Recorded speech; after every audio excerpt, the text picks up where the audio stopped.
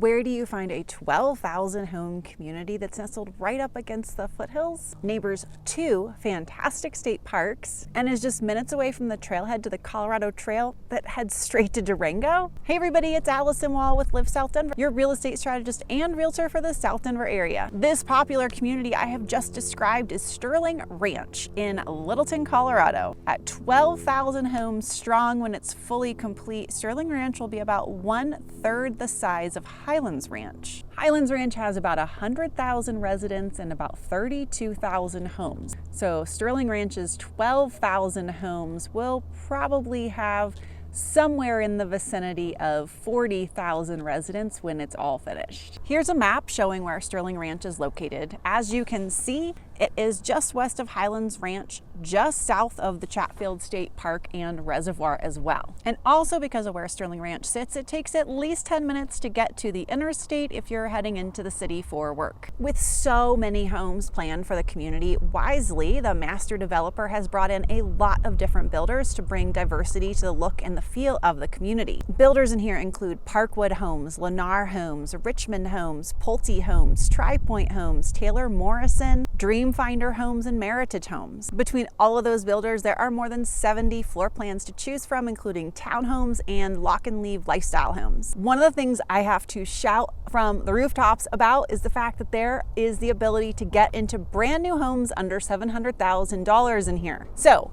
there are going to be multiple villages in Sterling Ranch. That's how they kind of divide up the community. Their third village, their brand new village, is just launching their newest homes. And every time a builder launches their newest home, they want new people in because they have to be the ones who bear with all of the construction, so the home prices are the lowest. Well, because of that, you can get into a brand new home for under $700,000. I'm gonna venture to even say you could do it for like right at $600,000 depending on how you like your finishes. And if you have been tracking market updates at all, tracking home prices for new builds at all, you know that that home price is like finding a goose that lays a golden egg. So no, these home prices won't last. As they sell those first few homes and do their regular price increases, they're gonna creep up pretty quickly, but as of right now, I think it's a steal of a deal to be able to get into a new home between $600,000 and $700,000 in Sterling Ranch. So shout, shout, shout from the rooftops. I'm so excited. Okay. Most unique builder in the community, Parkwood Homes for sure. They're like lake style cottage homes. They definitely have the most unique feel. They're pretty large. They're one of the larger builders as well.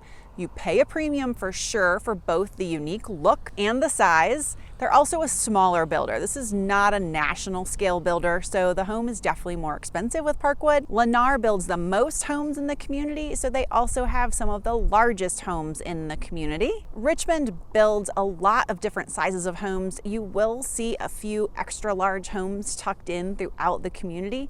They do a great job with offering a lot of variety, and sometimes, this is a perk with Richmond, they will offer basement finishing for free. It's kind of a come and go perk with them as a builder. One thing with Richmond is watch out for financing with them. So usually financing with the builder is a good way to go because they're gonna give you incentives that are worth it.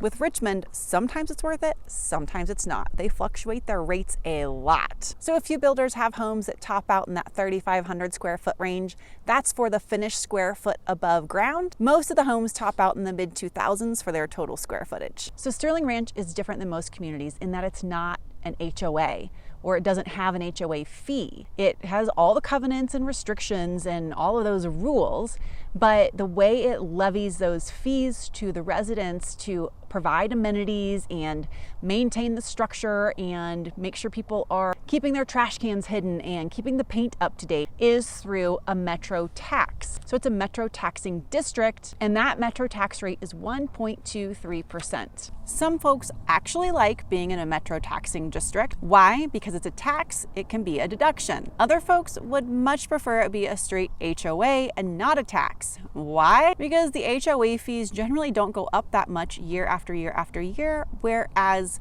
the metro tax is tied to your property value. So every 2 years when it's reassessed, that metro tax fee is going to go up quite a bit. The taxing district is who's providing all the amenities, so the pool, the clubhouse, the rec center. So as you saw on the map, Sterling Ranch is a little bit removed from everywhere else. It's a little pocket unto itself. It won't always stay that way, but since right now it is, the community has the Sterling Center, which brings a little bit of everything right here close to the residents. The Sterling Center has a coffee house, a brew pub, a dentist, a primary and urgent healthcare center, a physical therapy clinic, an ophthalmologist, and a credit union. Right around the end of this year, a Sterling Ranch resident family is opening up a Primrose school as well, so there will be childcare right nearby. So Sterling Ranch sits on the west edge of Littleton, designed to give people connectivity to nature and the outside world without losing connection to it, because they don't have internet connectivity, they can't get cell phone connectivity. So Sterling Ranch has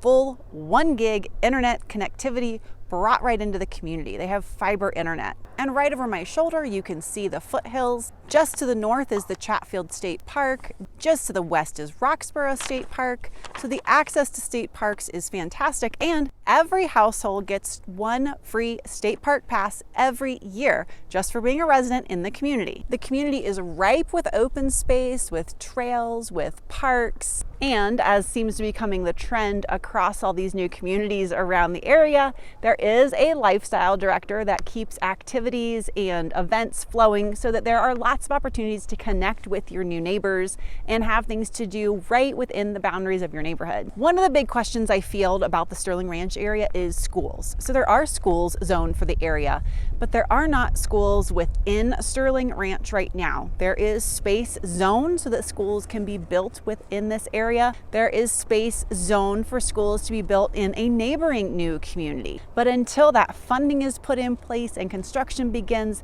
there's no telling when new schools are going to be built in and around this immediate vicinity. Right now, the high school for this area is in Highlands Ranch, which means it's probably about a 12-ish minute commute. And there is an elementary school in the area in Roxborough or Littleton, but nothing is within a 3 to 5 minute commute from here.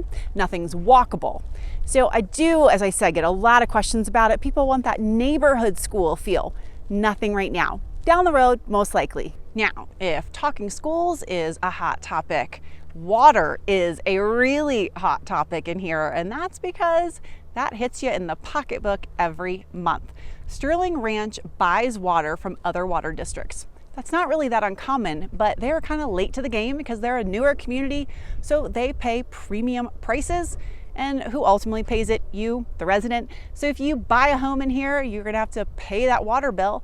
You pay different rates for the inside of the home water versus outside of the home water. So that means if you have desires for a large or lush lawn, then that's gonna cost you quite a bit of money.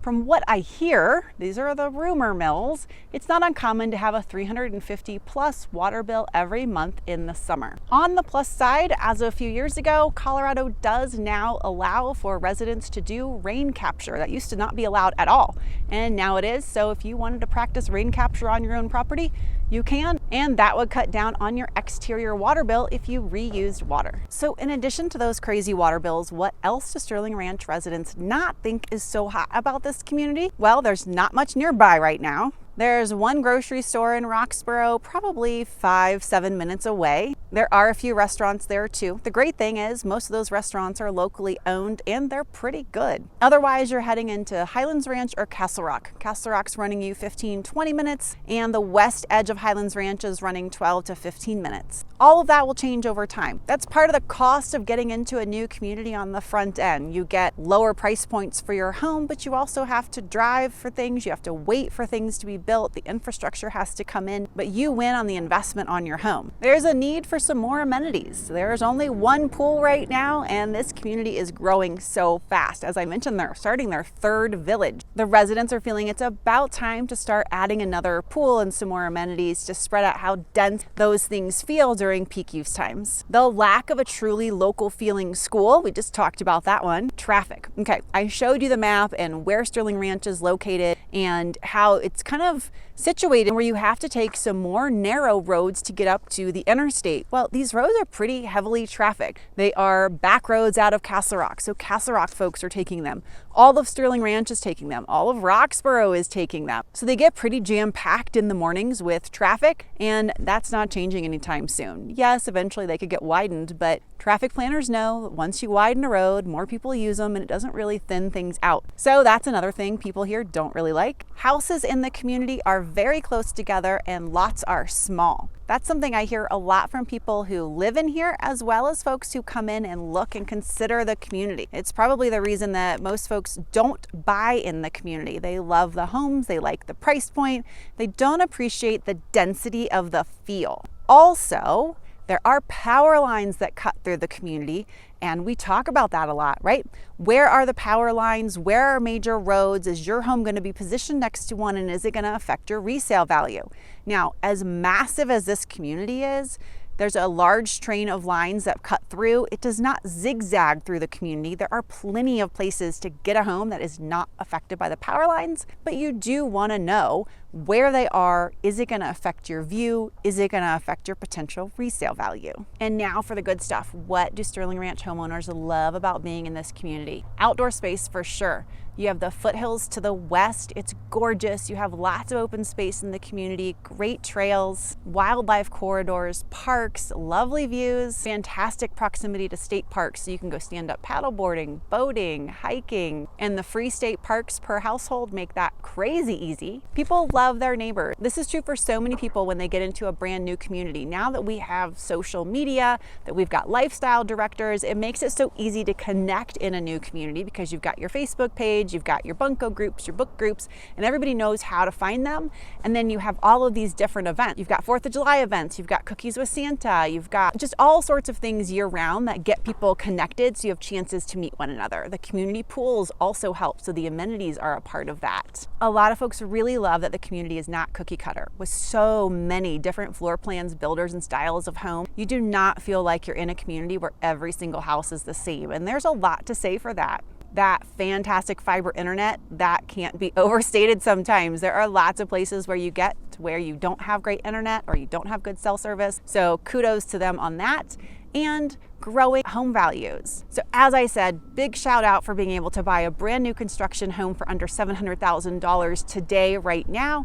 And the fact that the home values are really growing here and growing well. Because who doesn't love a great return on your investment? If you want to chat more about Sterling Ranch, homes across Littleton, living on the west side of Denver, I would love to chat with you. Reach out anytime in any way. You can call me, you can text me, you can email me. I'd love to talk with you. Hey, I will see y'all next week.